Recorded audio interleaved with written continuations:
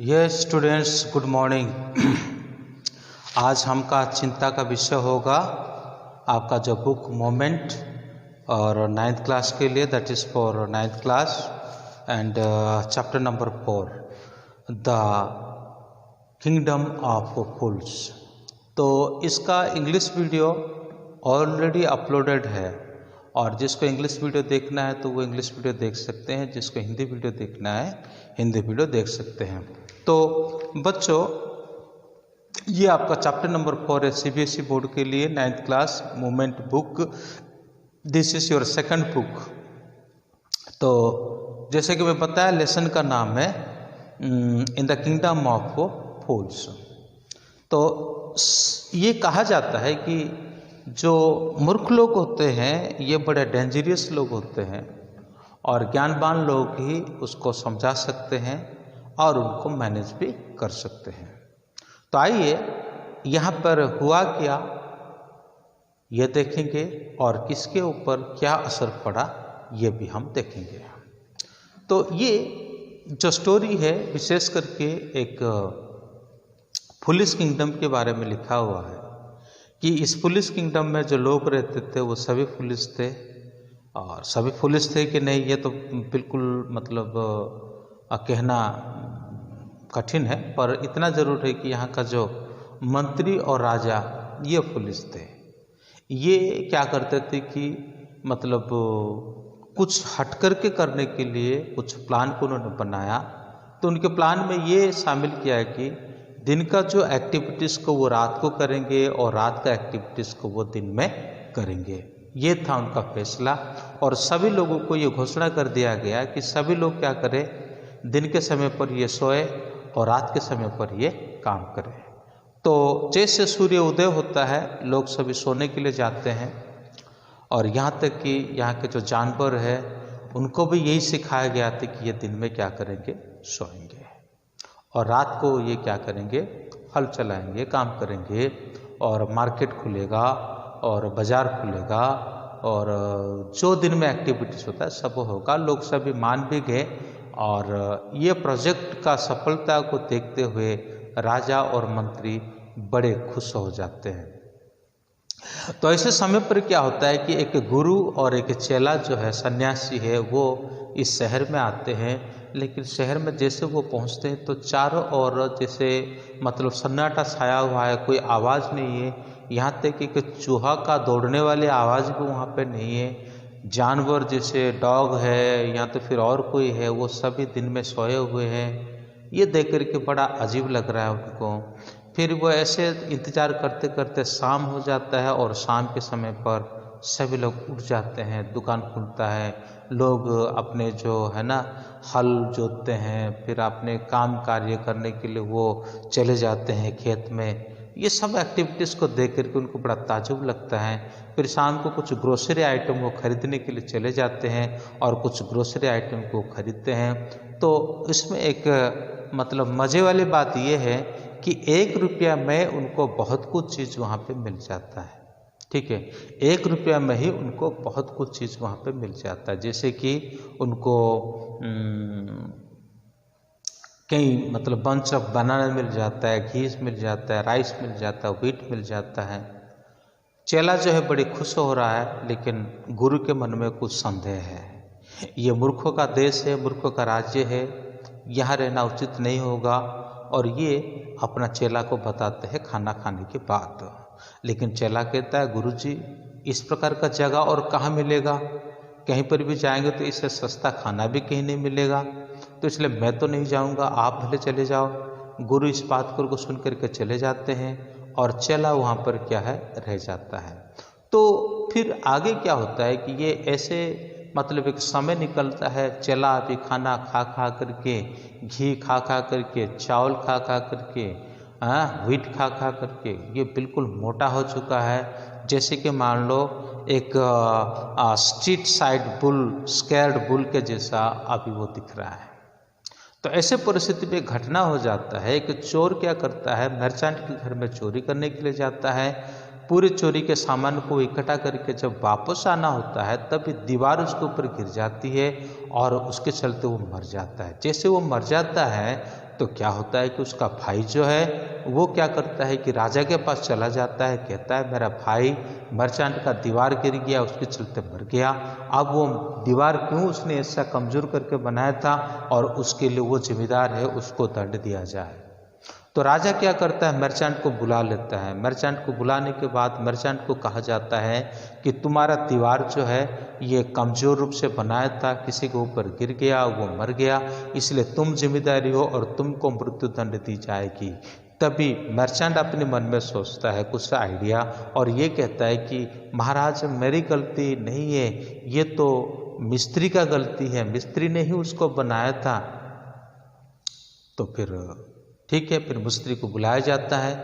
मिस्त्री को बुला करके यही कहा जाता है कि भाई तुम्हारा गलती है, तुमने इस दीवार को ढंग से नहीं बनाया था और इसके चलते कि व्यक्ति के ऊपर ये दीवार गिर गया, वो मर गया, तुम जिम्मेवारी हो और इसलिए तुमको दंड दी जाएगी। तब मिस्त्री भी अपने मन में और एक आइडिया सोचता है और सोच करके कहता है कि महाराज मेरी गलती नहीं है, मैं जब इस दीवार को बना रहा था तभी क्या है एक लड़की घुंघरू पहने हुई छम छम नाचती हुई मेरे आगे पीछे जाया आया करती थी, उसको देखने में मैं डिस्टर्ब हो गया और डिस्टर्ब होकर के मैंने इस दीवार को इस प्रकार बनाया। तो इसलिए आप बताइए दोषी मैं नहीं हूँ, बल्कि दोषी तो उस लड़की है।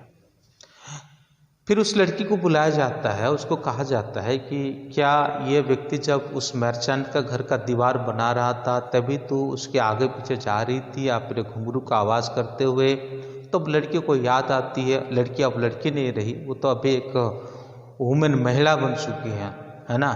तो वो कहती हाँ मुझे याद है, मैं जाया आया करती थी। तो उसको कहा गया तू ये बार बार जाने आने का जो चक्कर तेरा चला और इसी के चलते घुंघरू की आवाज़ से ये जो मिस्त्री है डिस्टर्ब हो गया और डिस्टर्ब होने के चलते उसने जो दीवार बनाया था वो दीवार किसी के ऊपर गिर गया, वो मर गया, अब दोषी तू बन गई, अब तुझे फांसी पे चढ़ाया जाएगा। तब वो बुजुर्ग महिला अभी जो पहले लड़की थी वो कहती कि मुझे याद आ रहा है कि ये इसलिए मैं बार बार इसके सामने आया जाया करती थी क्योंकि मैंने कुछ ज्वेल सोने वगैरह जो बनाने के लिए, क्योंकि मैं नाचने वाली हूँ तो मुझे ज़्यादा गहने चाहिए और गहने बनाने के लिए मैंने यहाँ का जो ब्लैक स्मिथ जो सुनार है उसको मैंने दिया था, लेकिन वो मुझे बार बार बुलाता है और बार बार मुझे वापस भेज देता है और इसी चक्कर में मैं आया जाया करती थी। गलती मेरी नहीं है, गलती तो उस सुनार का है। फिर वो सुनार को बुला लेते हैं, सुनार को पूछा जाता है तो उस लड़की को बार बार मतलब आगे पीछे कर रहा था, घर पे बुलाता था, फिर से भेज देता था। इसी के चलते मिस्त्री डिस्टर्ब हो जाता और मिस्त्री दीवार बनाता है, वो दीवार किसी के ऊपर गिर जाता है और गिरने के बाद किसी व्यक्ति का मृत्यु हो जाता है और उसका असली जिम्मेदार तू है करके उसको भी कहा जाता है। तो अभी ये भी और एक दूसरा आइडिया सोचता है, ये सोचता है कि गलती तो मेरी नहीं है क्योंकि इस गाँव में जो मर्चेंट है वो शादी ब्याह का समय था तो इसलिए वो गहने उसका ही गहने को बनाने के लिए मुझे बार बार प्रेशराइज कर रहा था और इसलिए मैं बना रहा था। तो लड़की को मैं बस बुलाता था उसका काम करने के लिए, तभी ये मर्चेंट मुझे क्या करता था, प्रेशराइज करता था। तो उसके चलते मैंने ऐसा कर दिया और ऐसा हो गया। तो मर्चेंट के ऊपर अभी सारा दोष आ गया। मर्चेंट कहता नहीं नहीं ये दीवार तो मेरी पापा के समय पर बनाया हुआ है, तो भला मुझे कैसे आप इस प्रकार मतलब मुझे कैसे आप फांसी में चढ़ा सकते हो, फांसी में लटका सकते हो। तो यही कहा जाता है कि भले तेरे पापा अभी ज़िंदा नहीं है, तुम्हारे पापा तो अभी ज़िंदा नहीं है, लेकिन और तुमको ज़रूर यहाँ पे क्या किया जाएगा कि तुमको ज़रूर और यहाँ पे फांसी में चढ़ाया जाएगा। तो इस प्रकार एक स्ट्रोक का तैयारी हो जाता है, यानी फांसी का जो फंदा है वो तैयार हो जाता है। लेकिन फांसी का फंदा में जो ये मर्चेंट पतला होने के कारण ये फिट नहीं हो पा रहे थे, तभी उन्होंने सोचा कि अगर फंदा को बनाया तो किसी न किसी को तो फांसी में लटकाना ही पड़ेगा। तब वो क्या करते हैं कि ढूंढते हैं कोई मोटा सा व्यक्ति यहाँ पे मिल जाए। ढूंढते ढूंढते उन्होंने देख लिया कि वो जो चेला है, जो डिसाइपल है, वो मिल जाता है और उसको उठा करके ले जाते हैं। वो बार बार कहता है कि मैंने क्या गलती किया जो आप मुझे ले रहे हो, और तभी उसको यही कहा जाता है कि हमें ऊपर से आदेश है, हमें राजा से आदेश है और इसलिए हम आपको लेकर के जा रहे हैं। वो पहुंच जाता है बंदी गृह में। अपना मृत्यु का इंतजार करता है, करते करते सोचता है काश उस दिन मैं अपने गुरु की बात मानता तो आज मेरा ये हाल नहीं होता। मेरा गुरु मुझे कहा था ये सही नहीं है, यहाँ रहना भी सही नहीं है, लेकिन मैंने उसकी बात को नहीं माना। ऐसा वो सोचता है। फिर आगे चल करके मन में और अपने गुरु को वो प्रार्थना करता है। गुरु को प्रार्थना करता है, तभी गुरु क्या करते हैं, उसके प्रार्थना को सुनते हैं। दर्शन के द्वारा वो सभी कुछ देखते हैं। गुरु बड़े विद्वान थे, ये भविष्य के बारे में भी जान सकते थे, बीते हुए दिनों के बारे में भी जान सकते थे, वर्तमान के समय के बारे में भी जान सकते थे। ये गुरु जो है ना, ये सब कुछ समझ सकते थे। तो गुरु अभी अपने चेलों को बचाने के लिए वहाँ पे आ जाते हैं और आने के बाद कान में फुसफुसाते हुए कुछ कहते कि तू मतलब तुझे ऐसा बोलना है। तब वो फिर अपना नाटक शुरू कर देते वहाँ पे। राजा को जाके कहते हैं आप बताओ महाराज, गुरु बड़ा है या चेला बड़ा है? तभी राजा कहता है गुरु ही बड़ा हो सकता है। अगर गुरु बड़ा है तो पहले मुझे फांसी पे चढ़ाना चाहिए, पहले मुझे मृत्यु दंड देना चाहिए, फिर मेरा चेला को देना चाहिए। तभी चेला इस बात को सुनता है और झगड़ने के मूड में आके कहता है नहीं राजा, उसको नहीं, पहले मुझे देना चाहिए। ये दोनों गुरु और चेले का जो लड़ाई है राजा को समझ में नहीं आता। फिर राजा उसको अकेले में और ले लेता है और पूछता है कि तुम ऐसे क्यों झगड़ रहे हो, इसका रहस्य क्या है कि तुम मौत में पहले जाने के लिए कोशिश कर रहे हो? तो उसमें ये उन्होंने यही कहा कि अगर आप प्रॉमिस करेंगे कि मुझे ही आप पहले यहाँ पे फांसी पे लटकाएंगे या मृत्युदंड देंगे तभी मैं बताऊंगा। तब हाँ बोलने के बाद वो शुरू करता है कि झूठी कहानी। तो कहानी क्या है? वो कहता है कि तुम्हारा जो ये फंदा बना हुआ है ये ना गॉड ऑफ जस्टिस ने बनाया है, और जो भी कोई पहले उसमें मरेगा अगला जन्म में वो राजा बन जाएगा, फिर सेकंड बार जो उसमें मतलब मरेगा और वो मंत्री बन जाएगा, इसलिए हम दोनों लड़ रहे। चलो चलो आप मुझे पहले आप फांसी में लटका दो। तो भी राजा थोड़ा सोचने लग जाता है। किसी भी तरह से वो अपने हाथ से ये राज्य को अपने हाथ से गंवाना नहीं चाहता है। अगले जन्म में भी ये यहाँ पे राजा बनना चाहता है, अगर अगले जन्म में भी उसका मंत्री को मंत्री बनाना चाहता है। फिर दोनों राजा और मंत्री के बीच में बातचीत होती है और वो सारे बातें बता देता है।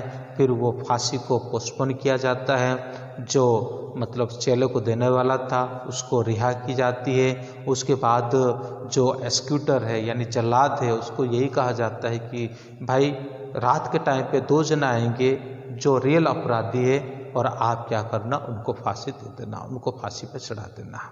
तो इस प्रकार से रात होती है। फिर 2 जन आ जाते हैं और 2 जन को वो चढ़ा देते फांसी पे, क्योंकि मुंह में तो मास्क या फिर सब कुछ लगा हुआ रहता है, कोई पहचानता नहीं। उनको फांसी में लटका दिए और जब उसके शरीर से मतलब मुंह से कपड़े को निकाल कर देखते तो ये दूसरा कोई नहीं है बल्कि उनके राजा और मंत्री, ये दोनों ही यहाँ पे अभी फांसी में पड़े हुए मतलब मर चुके हैं। ये सोचने वाली बात हो गया कि ये दोनों क्यों मर गए, तो अभी हमारे देश में राजा कौन बनेगा और हमारे देश में भी मंत्री कौन बनेगा। तब इसी समय पर क्या है, ये गुरु और चेला ये दोनों बस जाने वाले होते हैं गांव छोड़ करके, शहर छोड़ करके। तब उनको बुलाया जाता है और कहा जाता है कि तुम यहाँ पे राजा बन जाओ और मंत्री बन जाओ। गुरु को राजा बनाने की ऑफर दी जाती है और चेला को मंत्री बनने की ऑफर दी जाती है। चेला तो पहले से ही खुश है, लेकिन गुरु जो है इतना मतलब इंटरेस्टेड नहीं दिखाता, फिर बाद में वो मान भी जाता है। फिर वो वहाँ क्या हो जाता है, दोनों गुरु और चेले मिलकर के राजा और मंत्री वहाँ पे बन जाते हैं। तो उसी के साथ फिर उनका जो सिस्टम था 1 रुपये में सब मतलब मिलने वाला चीज़ उन सब को उन्होंने हटा दिया। फिर उसके साथ साथ जो रात का एक्टिविटीज़ को दिन में करते थे ये नियम के उन्होंने मतलब चेंज कर दिया, बिल्कुल आज यूजुअल कर दिया। जो दूसरी जगह पे होता है, जो नेचुरली होना चाहिए वो सब वहाँ पर वो करे और खुशी के साथ उन्होंने अपना जीवन कुएं पे गुजारे। तो बच्चों हमने यहाँ पे ये सीखा कि हमारा सूझबूझ ही क्या कर सकता है, हमको एक बड़ी विपत्ति से बचा सकता है। जब हम अपने सूझबूझ को ही इस्तेमाल नहीं करेंगे तो डेफिनेटली हमारे ऊपर विपत्ति आ सकती है और आ सकता है। तो ये बात आपको ध्यान रहे। और चैनल अगर सब्सक्राइब नहीं किया तो कृपया करके चैनल को सब्सक्राइब करें। May God bless you, have a good day.